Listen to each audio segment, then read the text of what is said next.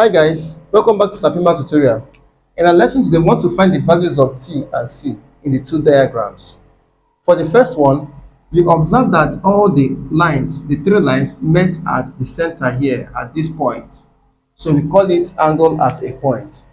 Total angle at a point is equal to 360 degrees. So when I add 120 plus 140 plus t, the three angles, I should have 360 degrees. Then let us simplify. Add 120 and 140, you have 260 plus t equals 360. Then subtract 260 from the both sides. That means we have t to be 360 minus 260. And this gives us t as 100. So the value of t here is 100 degrees. For this one, this is a straight line, and all these two lines met at a point on a straight line. So what do?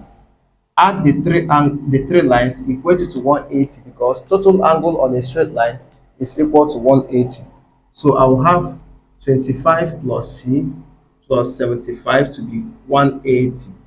When you add all the angles on a straight line, it is 180.